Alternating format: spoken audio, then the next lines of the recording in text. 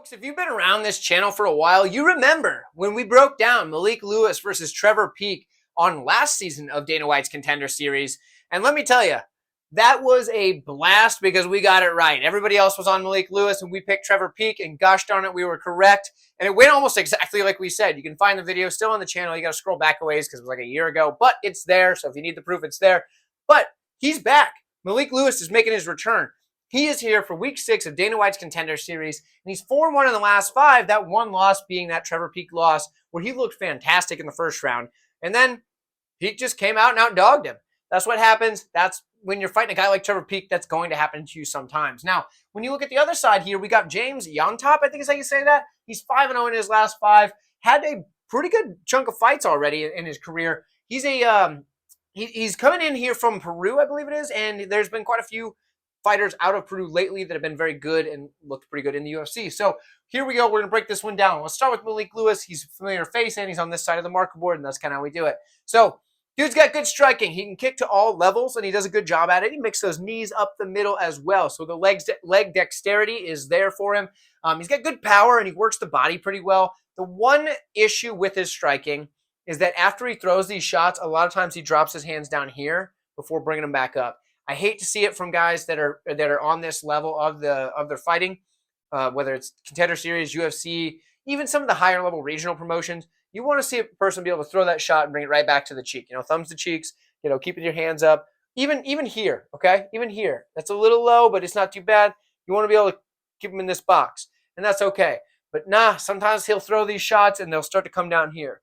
And when that happens, the counter strike is open, and that's something that he can deal with. But either way, Malik Lewis is a very good striker. He's a very good wrestler as well, and I think this is probably the better aspect of his game, but it will exhaust him as the fight goes on. He's a good back taker. He's got good control, and he's got pretty darn good ground and pound on top. So when he's on top, he's landing these heavy shots, making them count, whether he's on the back or on, in top position when you're on your back, or his opponent, that is, not you. Hopefully you're not fighting Malik Lewis because he's a pretty darn good fighter. But either way, we did see his cardio fail him in the Trevor Peek fight. Now, was that because Trevor Peek is a dog, which true, or is there something to note here? Is it his cardio going to fade him in this fight? Well, I think he's fighting a similar opponent, but not quite the same. Let's break it down. On top here, he is a good striker. He's got good boxing combinations. He's going to work the body in those combinations. He's going to mix those shots in. He's going to throw the knees as well, and that's going to help kind of keep that up the middle, shut down the wrestling a little bit, or make you always think about it. And then also, he's going to set up that body kick that he has, which is a very good body kick.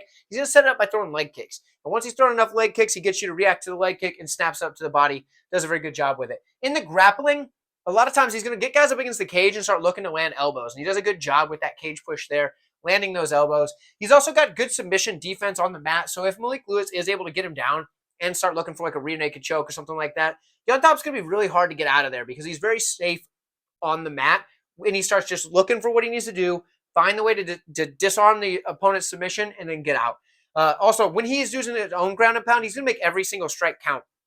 He's going to find the opening, land the shot. He's not just throwing wild volume. He's picking his shots well, making each one land with accuracy, and he's going to throw a lot of elbows as well, which do a lot more damage typically than the fist. Well, because the elbow, A, doesn't have a glove on it, so it's nice and solid, but also it's got a sharp point to it. So when you land with the elbow, you have the chance of cutting your opponent open, things like that.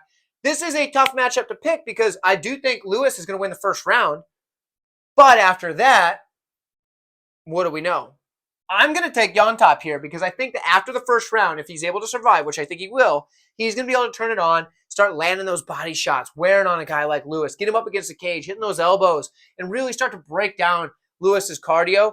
And I do think that Lewis is going to get tired in this matchup, and I'm taking James Llontop to get this one done. But let me know what you have. Do you think Lewis gets it done? I know a lot of his friends were in the comments last year, and they're probably going to be back this year. So, hey, welcome back, guys. It's good to see you guys again. I probably haven't seen you since I picked against your boy. But either way, we can all be friends here. We're all on the same side. We're here looking to watch a good fight.